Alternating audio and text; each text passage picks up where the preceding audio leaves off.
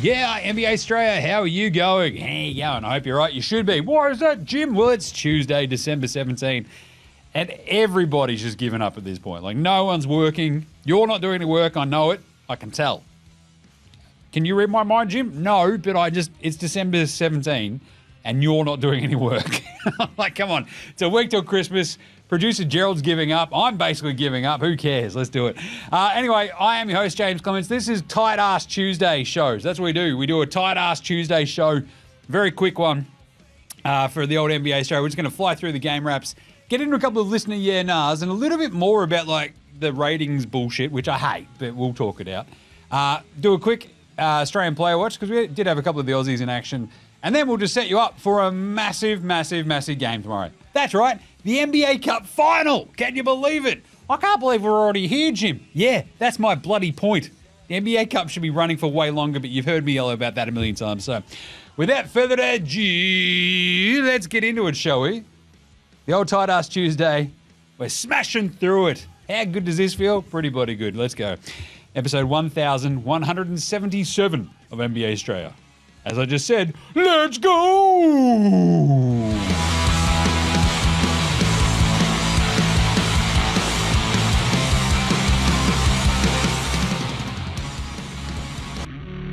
This is Josh Giddey. G'day, this is Andrew Gaze. This is Jack White. This is Joe Ingles. This is Darcy Daniels. This is Chris Anstey. This is Matthew Delvedova. This is Shane Hill. Hi, this is Ryan Brockhoff. This is Mitch Creek. This is Nick Kay. You're listening to NBA Australia. And you're listening to NBA Australia. And you're listening to NBA STRAYA. And you're listening to NBA STRAYA. You're listening to NBA STRAYA. And you're listening to NBA STRAYA. You're listening to NBA Australia. And you're listening to NBA Australia.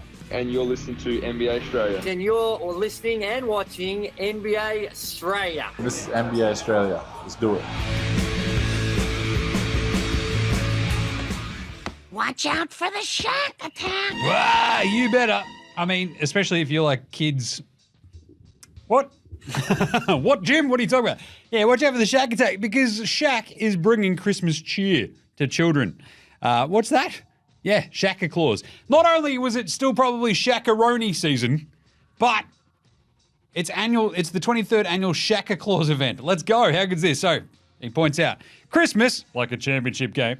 Actually, I want to do it in Shaq's voice. Christmas, like a championship game, it's all about teamwork. And our 23rd annual Shaq Claus event was another one for the books. Huge thanks to our amazing sponsors for the support for our community, for helping bring joy, laughter, and awesome gifts to so many kids this holiday season. Seeing this miles the ultimate win reminds us why this tradition means so much. Love it! He's basically got himself, like, you know, hanging out, giving out presents to kids everywhere. He didn't even bother to dress up as Santa, though. That is half-arsing this, isn't it?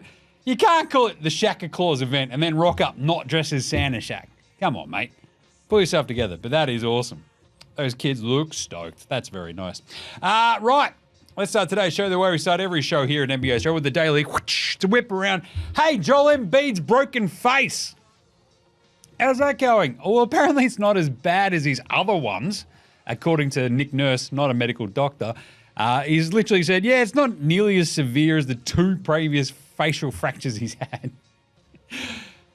At some point as well, if you're Joel Embiid, you got to be like, what am I doing with my bloody head? Seriously. I'm putting my face very clearly in harm's road all the time. If I keep getting absolutely wanged, A, my head's too big, or B, I'm just doing dumb shit and being in the wrong position all the time. It's also strange because, like, it's elbows and stuff like that. Does he just have a weak face? Right? Like, at some point, you got to ask the question, Joel Embiid, are your facial bones just a bit weaker than other people's? I don't know. Or, B, are you just putting yourself, like, are you just not jumping high enough because you're 7'2" already and massive and like, I'm going to reach this anyway. And then, like, Pascal Siakam's like, wha-bang, elbow to the face because you didn't jump, you idiot. Maybe. Anyway. But the Sixers did come out and say Joel Embiid's going to be evaluated in a week. Oof. How's that Christmas Day matchup looking against Boston? Not bloody great, Jim. Oh, yeah, I'll tell you. Also, and this goes for like most contact sports, like when you got a busted face, if your head is busted, I want no bar of any sport. Like, I can speak from experience, having had multiple surgeries to my noggin over the last couple of years. I remember the roof of the mouth one? I was like, and then like before that, a couple of years ago, the sinus and throat surgery. That sucked. Like the last thing, obviously, as not a professional athlete, was that I was going to go play professional sport. I didn't want to get off the couch. And for like 2 weeks at a time, I just didn't. I remember just being super high on drugs and watching like the, the new Transformers Netflix series and then the He-Man series. I'm like, I'm 5. This is great. Transport myself right back to 1987.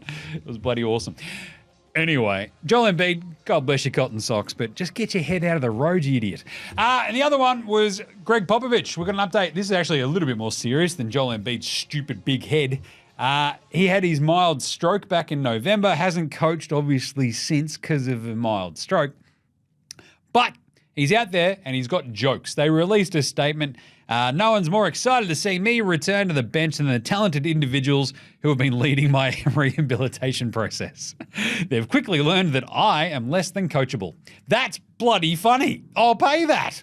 Coach Pop got jokes. Outside of that, it's like, yeah, he might be back sometime in the next week or two. That's pretty cool. Very happy. Other little bit of news, Josh Giddey. Fingers crossed that Josh is all right. Looked like he sprained his ankle today in Toronto. Still waiting on news to come down the pipeline about that, but he did leave the game, and it sucked because he was absolutely shredding. And then the Bulls also, and this is my long-argued point, they're shit when he's not playing. Oh, but Jim, his defense isn't great. Yeah, but just look at his plus-minus numbers. I know they're not everything, but when you're playing 24 minutes, 26 minutes, 28 minutes, and you're routinely like a plus 12, I think you're bloody good for your team. I don't know what to tell you. It's just, we outscore them by 12 points when I play. Then you're pretty fucking important to the team, I reckon. Just saying. Anyway, but it was a brutal, shitty injury where he sort of like he looked like he was in a lot of pain, and he sort of went under a shooter, and nasty, brutal-looking one. Hopefully he's okay. And he was trying his hardest to get out of Grady Dick's road while he was shooting the three. So, I mean, he's just trying to be a good dude, and he got hurt. But that sucks because Josh Giddey has been awesome and very important for the Bulls.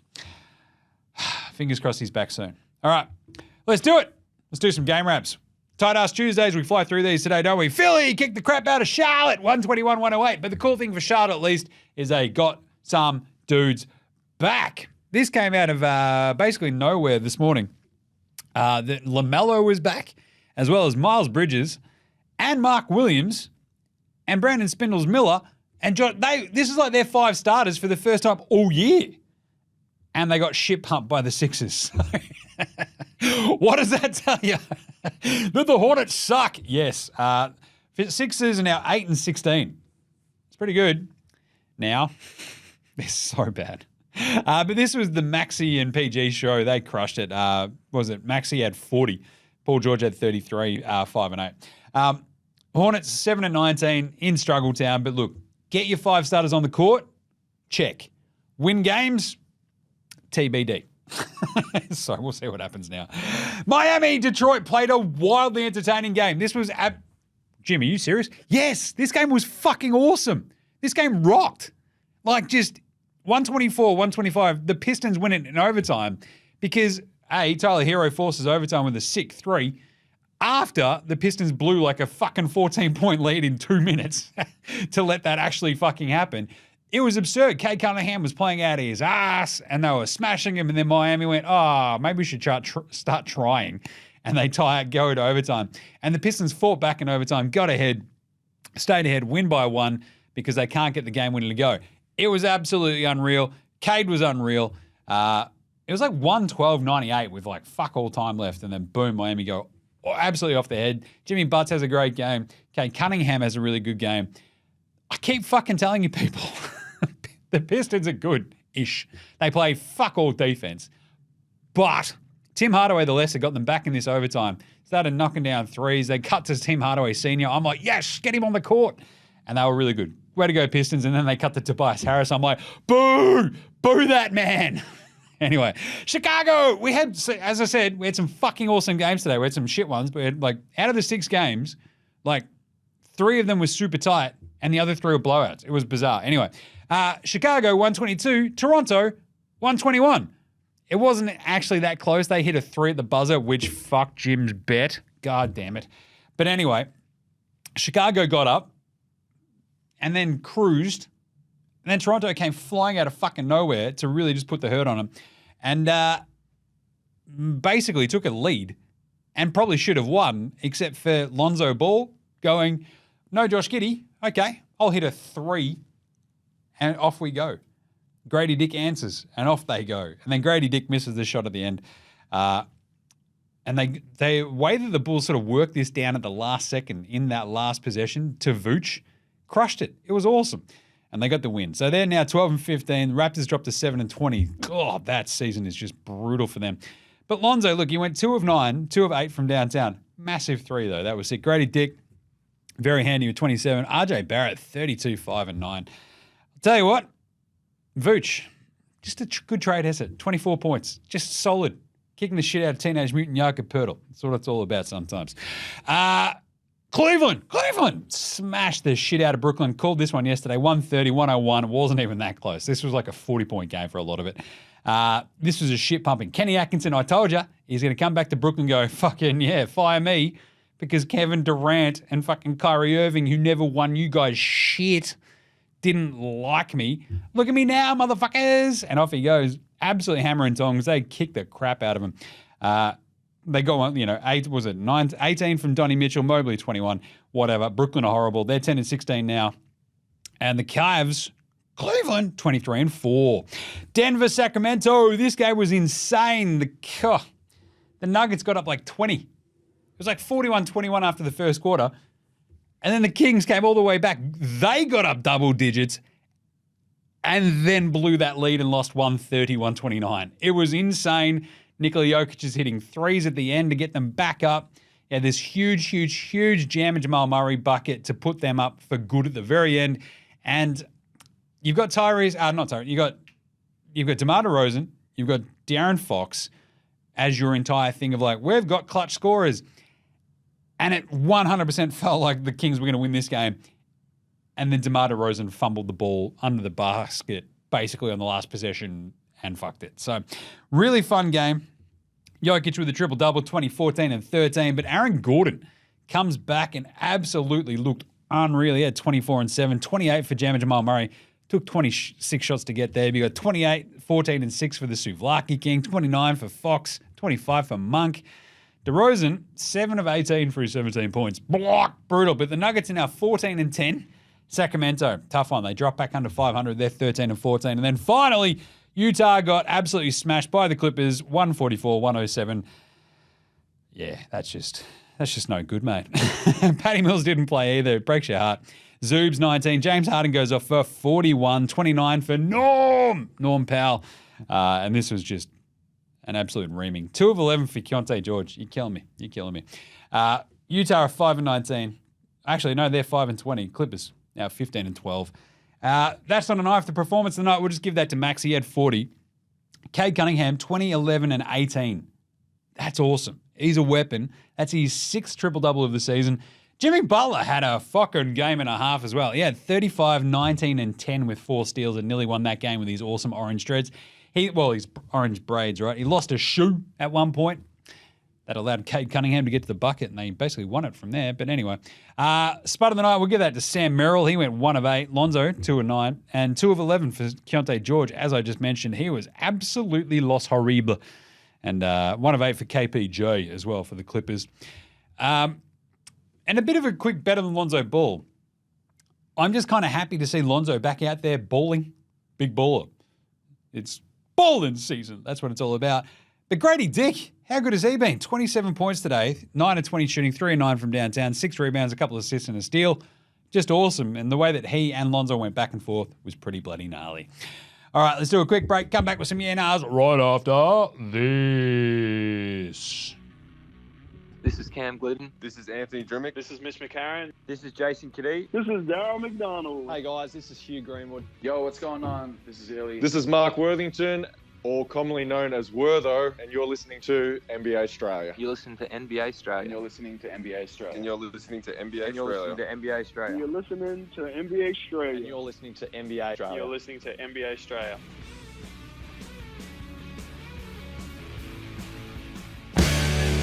All right, let's do some really quick yeah nahs. Actually, we could probably even save these for tomorrow. There's some really good ones. You got Zachy B talking about the Nets breaking Detroit's 28 consecutive losses. You got Scotty Boo talking about how, like, the marketing and how I was talking about that on yesterday's show about the NBA screwing up the marketing. Yeah, we'll talk about these out tomorrow. I reckon they're pretty good. And Brett talking about the refs, and that's a big point that I've got about the unpopular opinion of the day. So, very quickly, the unpopular opinion of the day. I think the biggest thing, the ratings are down. Yeah, I don't know if the NBA listens, right? And this is one that we might toss over and just like work out on tomorrow's show.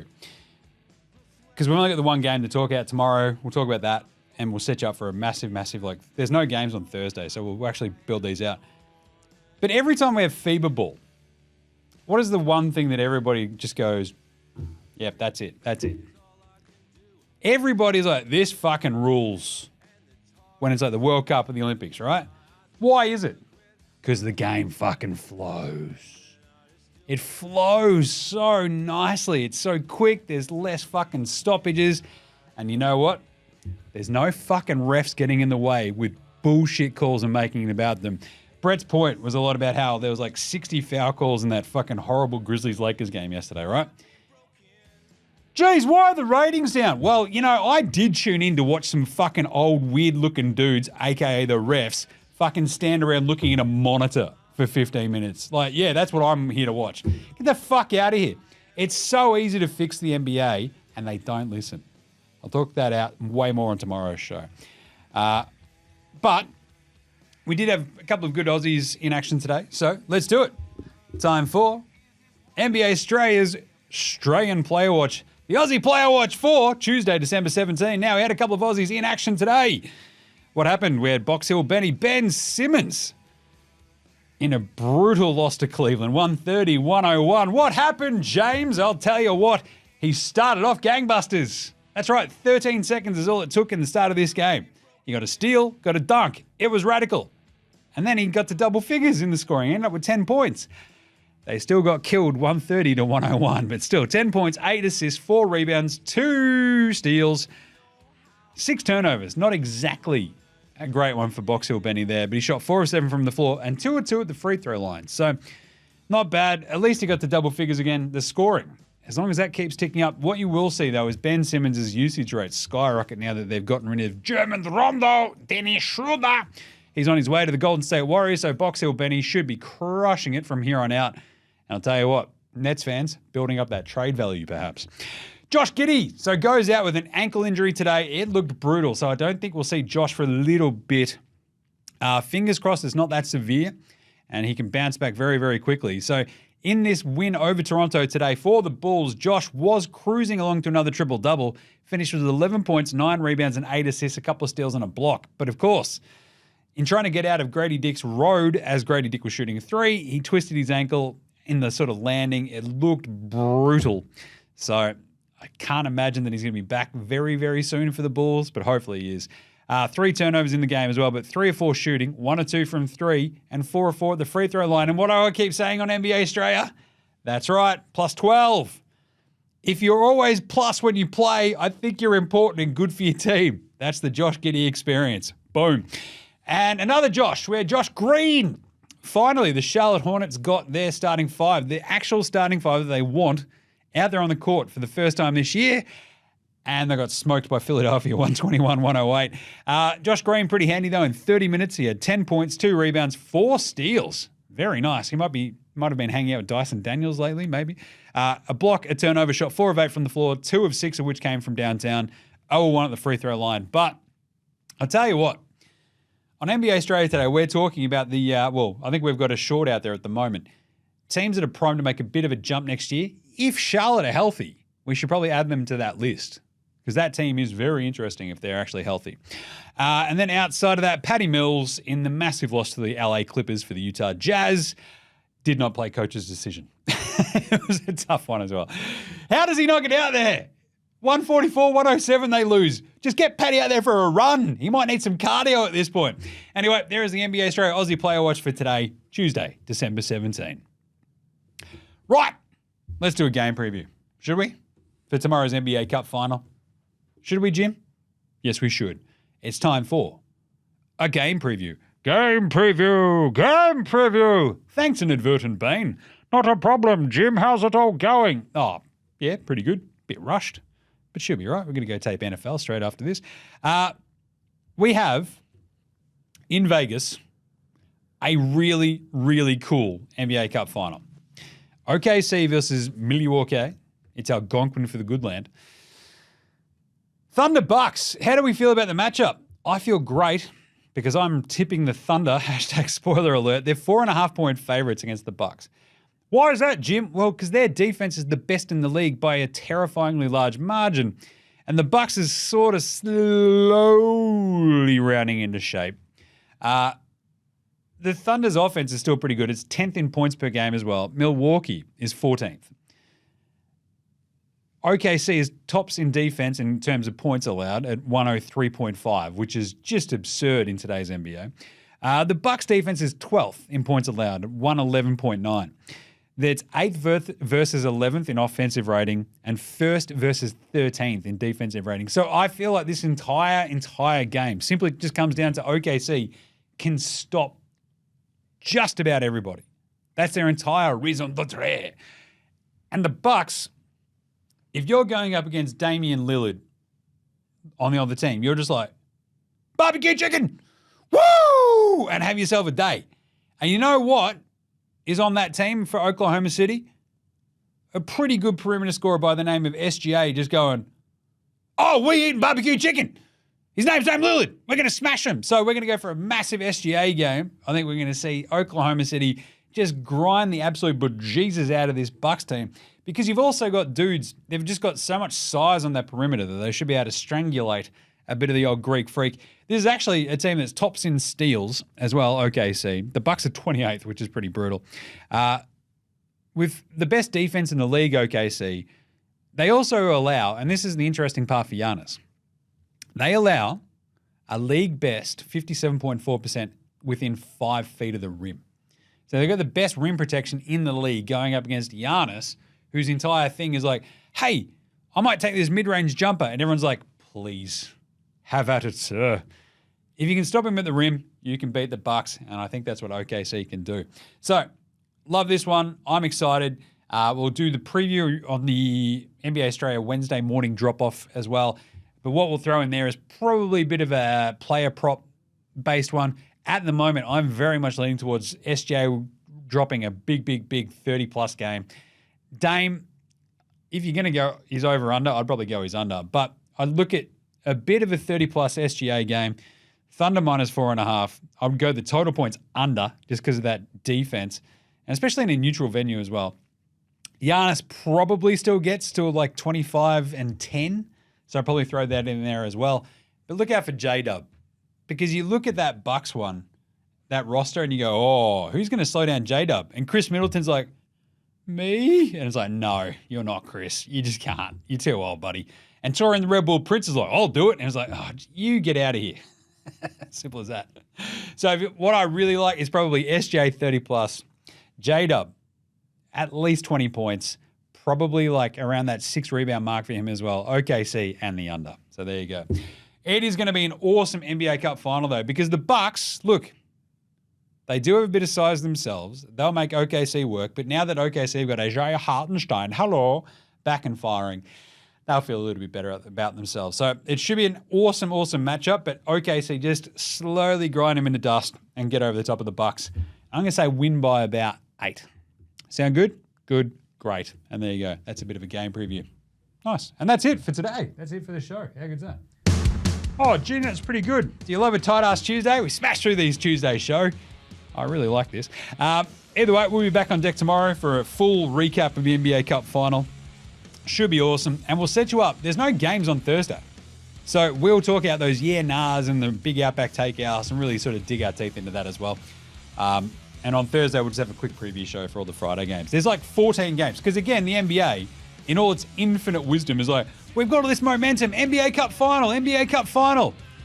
Hey, you going to play any games the next day? No. They've got 28 teams playing on Friday. It's absurd. Go figure. Anyway, we'll talk about that more tomorrow, won't we? Yes. Anyway, check out NBA Australia on Twitter, Facebook, IG, TikTok, and of course YouTube. Get around NFL Australia as well. Gaz and I are about to talk out a very, very chaotic Week 15. Get around all of the shows as well. The Cricket Today podcast, second test is going on right now. BBL, absolute chaos in the cricket world on the Cricket Today podcast. Check it out. Cricket Today show, all the same thing. Football Today podcast as well as hold all tickets for your GGs and the AFL and AFLW shows. Get around them all. Check a rating review, your Apple Podcast, your Spotify, YouTube Music, whatever app you're using the Android phone. Just do it, would you? Big thanks always go to From Oslo for the intro and outro song, as well as House Hats, Joshua Delarandis, Fascinator, Gold Mines, Ramshackle Army, Iowa, Section, Green, and Dozers. Did that without looking at my notes. That's pretty bloody good. Geez, Jim, you've only said it about 1,177 times. Shut up. Anyway, smash them on Bandcamp, Triple J and Earth, Face, Apple Music, Spotify. Every new your tunes, support Australian bands. That's what we do here. That's what you should be doing too. It's NBA Australia after all. All right, we'll catch you tomorrow, you dickheads. In the meantime, remember, there's NBA Australia saying, look after yourselves. And Little Hosanna! Go Thunder.